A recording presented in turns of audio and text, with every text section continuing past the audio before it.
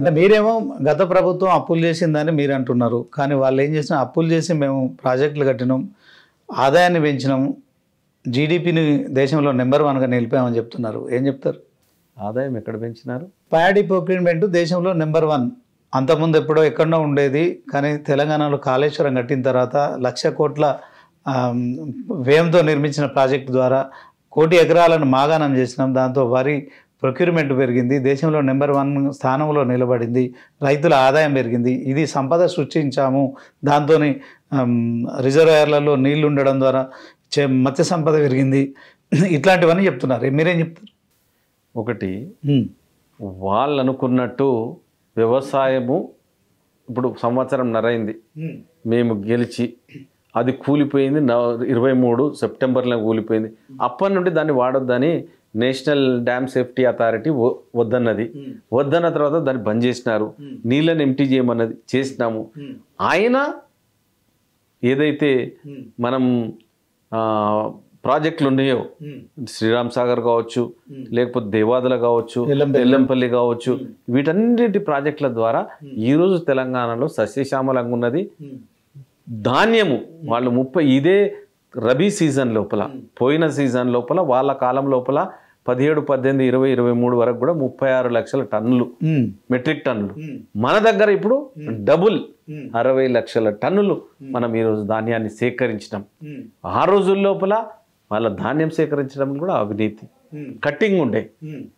క్వింటాల్కి 40 బస్తాల, క్వింటాల్కి 5 కిలోలు 6 కిలోలు కట్టింగ్ ఉండే. తరుగు లేకుండా ఈరోజు రైతుల దగ్గర ధాన్యాన్ని సేకరిస్తాం. ఇప్పుడు రబీకి సంబంధించిన దాంట్లో మీరు వరి కొనుగోలు కేంద్రాల్లో కొనుగోలు నిలిచిపోయినాయి. ఒక్క నిమిషం, కాళేశ్వరం ప్రాజెక్టు లేకున్నా కూడా 60 లక్షల మెట్రిక్ టన్నుల ధాన్యం వచ్చింది కదా. మరి నీ ప్రాజెక్ట్ ఎక్కడ పోయింది? 1,00,000 కోట్లు దండగే కదా.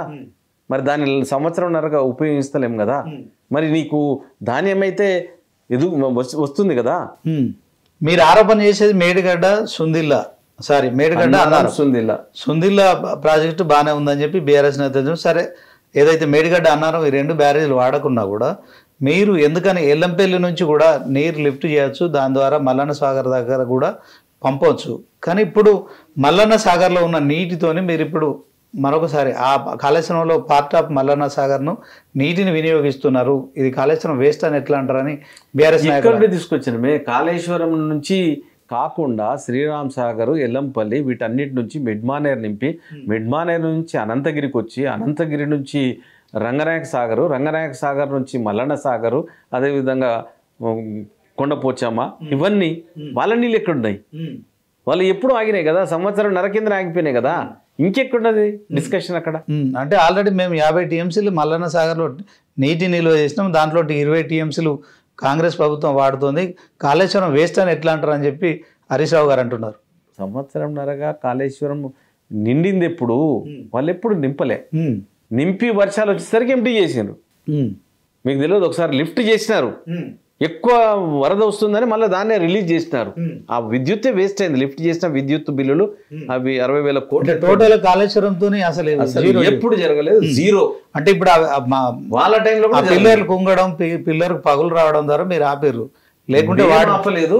వాళ్ళ ప్రభుత్వంలోనే ఈ నేషనల్ డ్యామ్ సేఫ్టీ అథారిటీస్ వచ్చి నీళ్ళని ఎంటీ చేయండి, ఇది పగిలిపోతుంది, పగిలిపోతే ఊర్లు కొట్టుకపోతాయి అంటే వాళ్ళే ఎంటీ చేసి దాన్ని ఆపేసినారు. ఓకే, ఇప్పుడు ఎన్డిఎస్ఏ రిపోర్ట్ కూడా దాని మీద ఆక్షేపణ చేస్తుంది ఎల్ఎన్టీ కంపెనీ.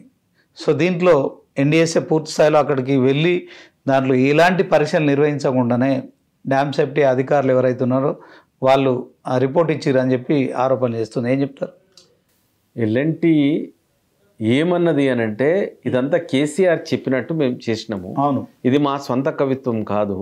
ఎన్డిఎస్ఏ ఏమంటుంది? అది పియర్స్ ఎందుకు కుంగిపోయినాయి, పిల్లర్స్ ఎందుకు కుంగిపోయినాయి? మరి ఎవరు తప్పు? వాళ్ళ మెటీరియల్ తప్ప? కుంగిపోవడంలో భూమి లోతులకు తీయాల్సింది ఉండేనా, గట్టి మట్టి వచ్చేదాకా తీయాల్సింది ఉండేనా? ఇది ఎవరు చేసినటువంటి తప్పు? ఎల్ఎన్టీని మధ్యలో మళ్ళీ చూపిస్తున్నారు. ఎల్ఎన్టీ ఏమన్నది క్లియర్ కట్గా, ఇది మేము కట్టడం మట్టుకే, ప్లాన్స్ ఇచ్చింది, డిజైన్స్ ఇచ్చింది అంతా కూడా కేసీఆర్ అన్నారు. కాబట్టి ఇదంతా తప్పిదాన్ని తప్పుదోవ పట్టించడానికి, ప్రజలను మభ్యపెట్టడానికి రకరకాల జిమ్మిక్కులను టీఆర్ఎస్ ఉపయోగిస్తుంది, కన్విన్స్ చేయడానికి ప్రయత్నం చేస్తుంది. కన్విన్స్ చేయలేం కాబట్టి కన్ఫ్యూజ్ చేస్తాం. ఓకే, ఇప్పుడు 6 గ్యారెంటీలు 100 రోజుల్లో అమలు చేస్తామని చెప్పారు. మీరు 6 డిక్లరేషన్లు ఇచ్చారు. మల్లికార్జున్ ఖర్గే, సోనియా గాంధీ, రాహుల్ గాంధీ, ప్రియాంక గాంధీ వీళ్ళందరితో పాటు మీరు ఎక్కడికక్కడ డిక్లరేషన్స్ ఇచ్చి మొత్తానికి ప్రజలను నమ్మించి అధికారంలోకి వచ్చారు. 100 రోజుల్లో మీరు 6 గ్యారెంటీలు అమలు చేయడంలో విఫలమైపోయారు. ఏం చెప్తారు? విఫలం కాలేదు. 6 గ్యారెంటీలు నెరవేర్చినాము. మేము 6 గ్యారెంటీ లోపల ఉచిత బస్సు అన్నం ఇచ్చినాము, 200 యూనిట్ల అన్నం ఇచ్చినాము, 500కే గ్యాస్ సిలిండర్ అన్నం ఇచ్చినాము, అదేవిధంగా సన్న బియ్యం అన్నం, సన్న బియ్యం ఇస్తా ఉన్నాము, రాజీవ్ యువ వికాసం అన్నం ప్రారంభించినాము, ఇందిరమ్మ ఇల్లు అన్నం, ఇప్పుడు ఇందిరమ్మ ఇల్లు ప్రారంభించినాం, ఇక మిగిలింది సన్న బియ్యం అన్నం, ఇవన్నీ కూడా ఇచ్చినాం కదా. అవన్నీ కూడా మీరు పాక్షికంగానే అమలు చేస్తున్నారు. మీరు ఏదైతే ఉచిత బస్సు సౌకర్యం అని చెప్పుకుంటున్నారు, మరి మహిళల కోసం కొత్త బస్సులు వేసింది లేదు. బస్సులు ఉన్నాయి, వాళ్ళు ఎక్కుతున్నారు, వాళ్ళ కర్మాన వాళ్ళు తిరుగుతున్నారు అన్నాడు తప్ప దానికోసం మీరు ప్రత్యేకంగా బస్సులు కేటాయించలేదు, కేర్ తీసుకున్న లేదని ప్రతిపక్షాలు ఆరోపిస్తారు. నష్టాల్లో ఉన్న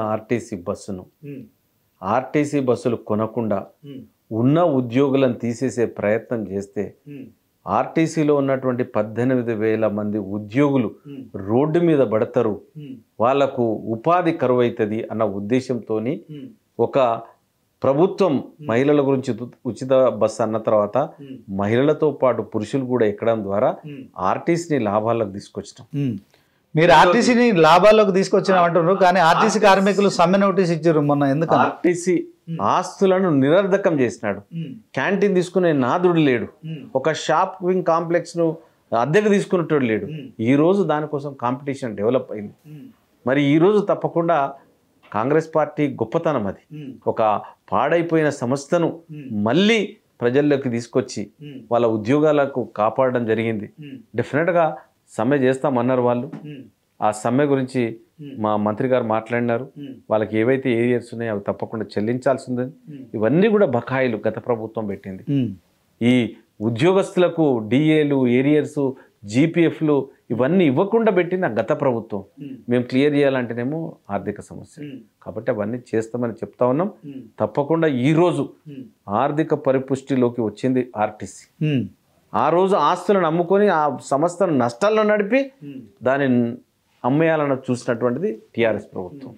తెలంగాణ సీఎం రేవంత్ రెడ్డి రాష్ట్ర ఆర్థిక పరిస్థితి, ఖజానాలో లంకె బిందెలు ఉంటాయనుకున్నాను, మట్టి కుండలు కనిపిస్తున్నాయని చెప్పి చేసిన ప్రచారం కావచ్చు, మొన్న కూడా ఉద్యోగులతో నా పెయ్యంతా కొట్టినా పెద్ద కొత్త లేదన్నట్టు మాట్లాడిన విషయంలో, అంటే నన్ను కోసినా కూడా నా దగ్గర రూపాయి లేదని చెప్పి చేసిన కామెంట్స్ ఒక ముఖ్యమంత్రిగా మాట్లాడుతుంటే బయట నుంచి పెట్టుబడులు కావచ్చు, తర్వాత ఒక రాష్ట్ర ముఖ్యమంత్రి చేసిన కామెంట్స్ను కాంగ్రెస్ పార్టీ కావచ్చు, కాంగ్రెస్ ప్రభుత్వం కావచ్చు, ఒక ఎమ్మెల్యేగా కావచ్చు, మీరంతా ఎట్లా జీర్ణించుకుంటారు? దీన్ని ఏ రకంగా ప్రజల్లోకి ఏ సంకేతాలు వెళ్తాయి?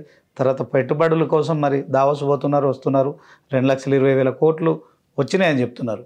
దీన్ని ఈ ఆర్థిక పరిస్థితి మీద ఆయన ముఖ్యమంత్రి మాట్లాడడాన్ని ఎట్లా చూస్తారు? ఒక తండ్రిగా కుటుంబ పరిస్థితి ఏమున్నదో, బాగోగులు, దాని ఆదాయం, విచ్చలవిడితనానికి పోకూడదని ఏదైతే తండ్రి తన కుటుంబ పరిస్థితిని, ఆయన ఆదాయ పరిస్థితిని పిల్లలకు చెప్పినట్టే ఈరోజు ముఖ్యమంత్రి గారు మీరు కొంతమంది కొన్ని కోరికలు ఉన్నాయి, మేము నెరవేర్చలేము, ఆర్థిక పరిస్థితి బాగలేదు, ఏదో ఖజానాలో డబ్బులున్నాయి, 2 లక్షల కోట్లే అప్పు అనుకున్నాం, తీరా వచ్చి చూసరికి 8 లక్షల కోట్ల అప్పు ఉన్నది. దీన్ని వివరించే ప్రయత్నం చేసినారు. రకరకాలుగా వీళ్ళు దాన్ని క్రోడీకరిస్తాం, అర్థం చేసుకుంటా ఉన్నారు, ప్రజల్ని కన్ఫ్యూజ్ చేస్తూ ఉన్నారు, ఉద్యోగస్తులను కన్ఫ్యూజ్ చేస్తూ ఉన్నారు. మన రాష్ట్ర ఆర్థిక పరిస్థితి బాగలేదు. ఇప్పుడు నువ్వు నా దగ్గరకు వచ్చి అడుగుతావు, అన్న ఒక 1000 రూపాయలు అని అంటావు, అరే నా జేబులో పైసలు లేవని చెప్పడం తప్ప, నేను ఇస్తాను రేపు మాపు అని చెప్పడం తప్ప. ఇది ఇంటర్నల్ గా రాష్ట్ర లోపల జరిగితే ఆర్థిక పరిస్థితి చెప్పాల్సిందే కదా. నీ ఇంట్లో మీ కొడుకు డిమాండ్ చేస్తే ఏం చేస్తూ, పైసలు ఏంది, రేపిస్తానన్నా మాపిస్తా అంటే నువ్వు మోసగాడివైతావు. మా నాన్న మోసం చేస్తా ఉన్నాడు అని అనుకుంటాడు. ఈ ఉద్యోగస్తులు కూడా రేపు ప్రొద్దున మోసం చేస్తుంది కాంగ్రెస్ ప్రభుత్వం అనుకుంటారు. ఉన్న పరిస్థితిని వాస్తవ రూపకంగా ప్రజలకు, ఉద్యోగస్తులకు అందరికీ తెలియజేయాలని రేవంత్ రెడ్డి గారు చెప్పినారు. దాంట్లో ఏమాత్రం కూడా సంకోచించకుండా చెప్పడంలో ఆయన కన్న తండ్రి లాగా ఉన్న పరిస్థితి చెప్పినామంటూ చెప్తున్నారు. ఓకే, అదే కన్న తండ్రి మరి తెలంగాణ రైజింగ్ అంటూ కూడా చెప్పడం కావచ్చు, ఎట్లా చూస్తారు? ద్వంద్వ వైఖరిగా మనం చూడొచ్చా? అంటే ఎప్పుడైనా ఏ రాష్ట్రమైనా ఏ దేశమైనా సంక్షేమంతో పాటు అభివృద్ధి జరగాలి. అభివృద్ధి కుంటుపడిపోతే ఆదాయం రాదు.